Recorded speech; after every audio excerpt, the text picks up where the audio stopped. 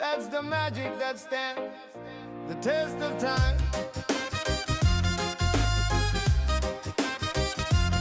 Yes, here I am in Los Angeles, California, and I'm amazed by some of the architecture and unique things that I've seen being from Florida and all. Of course, I gotta show some of the architecture, and this particular building got my interest because it's so retro. I'm talking retro. And it's kind of like a diner. But how amazing is this building? Look at this. Stone by stone, design divine. Oh, welcome to Design Decoded. I'm Perla Lichi, and today we're going to decode one of America's greatest design icons, the diner. Yes, because most people walk into a diner because they're hungry. I walk into a diner because I'm hungry for the design. Yes, every booth, every stool, every chrome edge, every neon sign, goodness, every coffee cup tells a story. Did you know that? Well, diners aren't just restaurants, they're emotional architecture. They were designed to make people feel welcome, comfortable, safe, and connected. And after more than 40 years of designing around the world, I can tell you that they got a lot of things right. With all that being said, today we're going to decode where diners came from. Why do they look the way they do? Why so many people love them without even realizing why. Well, and how this iconic style still influences luxury homes, hotels, restaurants, and designers all over the world. So, let's start at the beginning.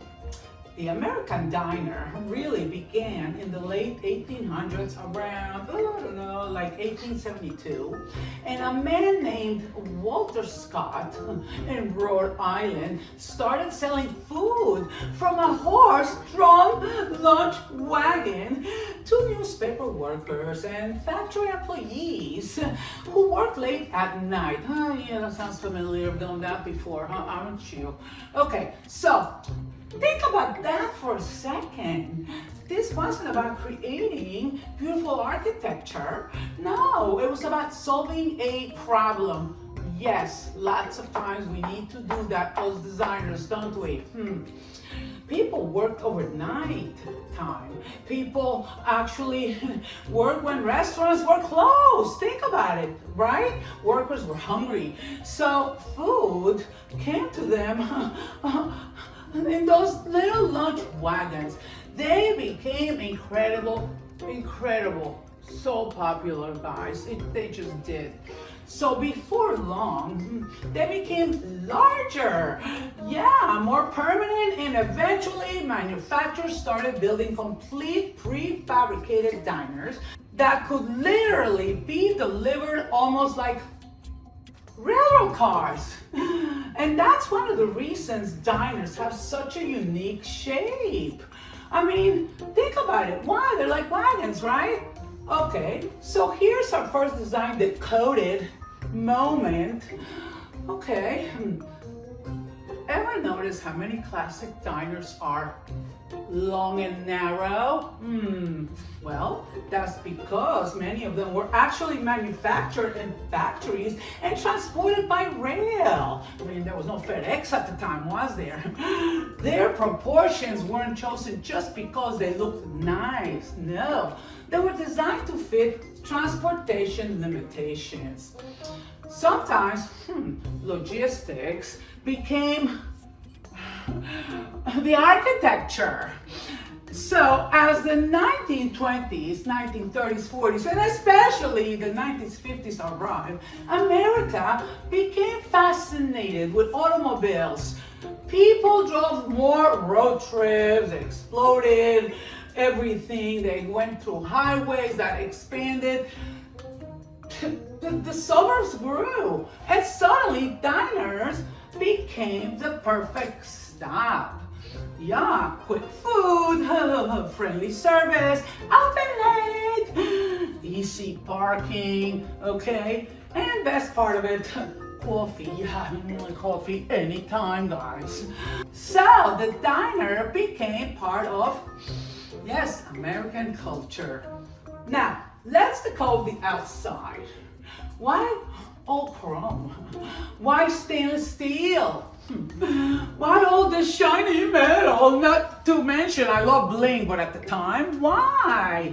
Well, because during the Art Deco and Streamline modern and movement, America became obsessed with speed, airplanes, trains, and of course, the future. Everything was becoming aerodynamic. Ooh, look at that. Such as cars, toasters, refrigerators, even buildings. That shiny stainless steel wasn't just practical, guys. No, it represented progress. It reflected light. It looked modern. It looked clean. Ooh, it symbolized optimism. Oh my goodness. When people saw all that polished chrome, they felt they were stepping into tomorrow. Now, that's powerful design psychology, don't you think? Well, I do. Oh, goodness, now let's walk inside. The first thing many people notice is, of course, the counter. Oh, why is it there? Why is the counter there? I mean, that's like the big thing, right? Well, because the counter creates instant community, guys. You're not isolated. You're sitting beside strangers. Hello, ooh, would you like a cup of tea too? Yeah, well, why not? Well, coffee, whatever. Well, I mean, the waitress knows your name. The cook is only a few feet away. You hear the grill. Zzz, sizzle, baby.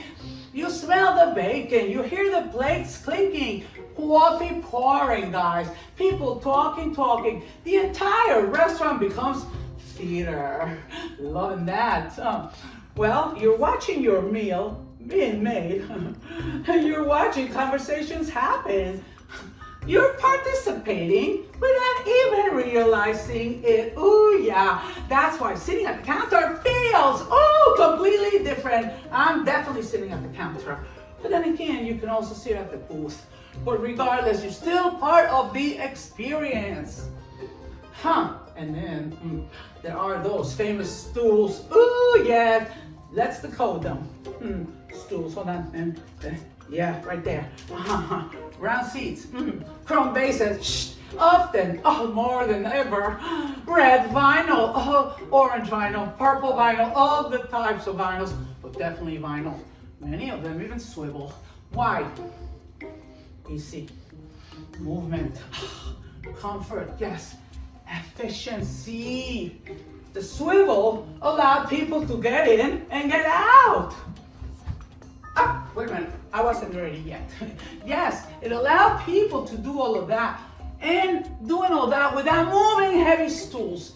Now, remember it also made left, right, swivel conversations easier.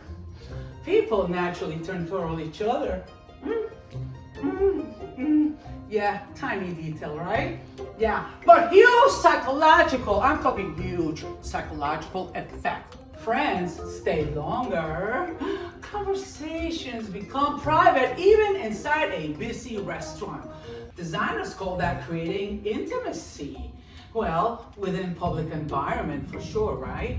All right, well then, let's think about luxury restaurants. They still do exactly the same thing today, except different fabrics, different lighting, but same psychology, yes. And color? What about color, guys? I'm always talking about psychology of color.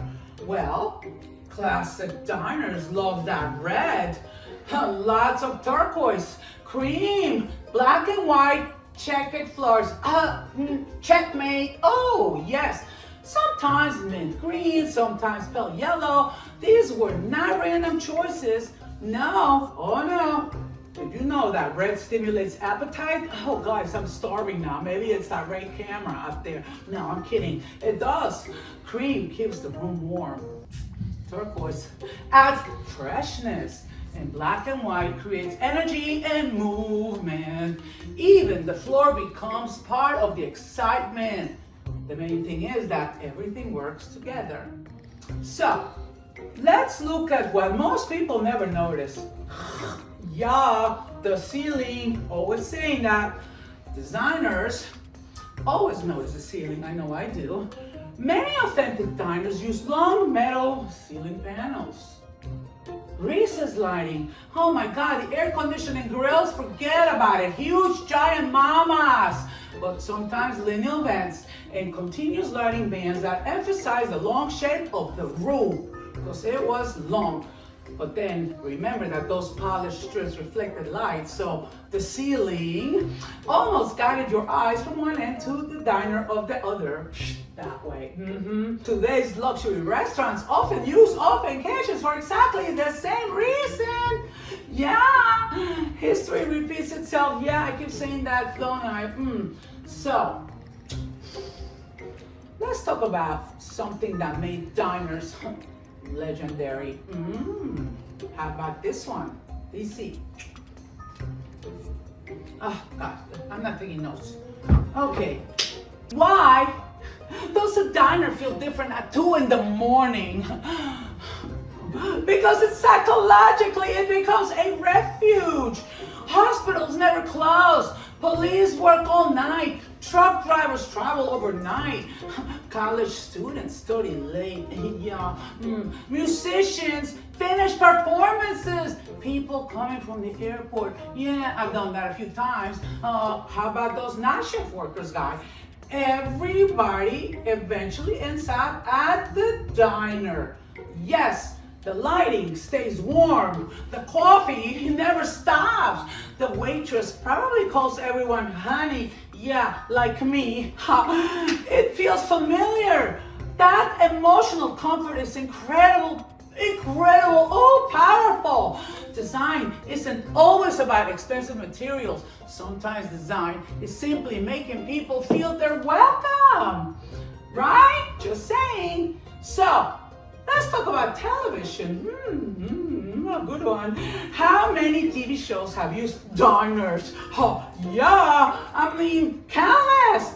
The diner became America's living room. People solved mysteries. They went on first dates, maybe second if they're lucky. Celebrated birthdays too. They broke up, made business deals, had family arguments. But everything happened inside diners. One famous example many people remember is Alice. Oh yeah, I remember her. Kiss my grits. Oh, that was her friend Flo. Yeah. Well, another one is Happy Days. Then there are movies like Pulp Fiction, Grease, Back to the Future. Yes, and many others. You guys tell me. Give me a list of 10. You'll find them. Well, why? Maybe because Hollywood understood something. If you wanted people to instantly understand the mood of a scene, guys, put the characters in the diner. Yeah, I know that one worked, didn't it? Well, everyone already understood the emotional language. Ooh, yes. And seriously speaking, guys, now, let's talk about how diner design influences luxury today. Well, this surprises many people. Luxury isn't about inventing something completely new. Sometimes luxury takes an old idea and elevates it beautifully. Think about today's breakfast rooms. Many designers create built-in banquettes inspired by diner booths. Only instead of a red vinyl, we use luxurious leather. Yeah, maybe velvet, yeah, linen, suede, or beautiful, just gorgeous, traditional, upholstered, tailored upholstery. Oh yeah, to the details. Kitchen islands have become today's diner counters. Oh my God! Family gather around them every morning. So do kids. They do their homework there. guests sit there while dinner is being prepared or ordered in. The island has become an emotional center of the house, if not the emotional center of the house. Sound familiar? Well, that's exactly what diners figured out decades ago, guys. I mean, chrome has evolved into polished nickel. Yeah, brushed stainless, champagne metals, architectural brass. Oh, curved corners. Oh, they have returning cabinetry. So. Oh, yeah, some rounded furniture is everywhere again. Retro pendant lighting. You see that a lot, don't you? Because it keeps coming back. Oh, and then there's those checkerboard floors. Oh, yeah, they're making a comeback. Oh, yes. Even jukebox colors inspire furniture collections. I mean, the vocabulary changes, but the psychology stays the same. And that's exactly what Design Decoded is all about. We don't just look at beautiful places. Yes, we could. We look at many. But no, we are decoding them and why they work. Because once you understand the psychology behind great design, you'll never look at a room the same way again. Remember, you know my name by now. I'm Perla Lichi, and this has been Design Decoded. Oh yeah, the pilot. We got many more coming with lots of props, lots of things that we will decode, guys, because we will uncover and uncover many reasons why things work a certain way within your life, within your home, and where they came from.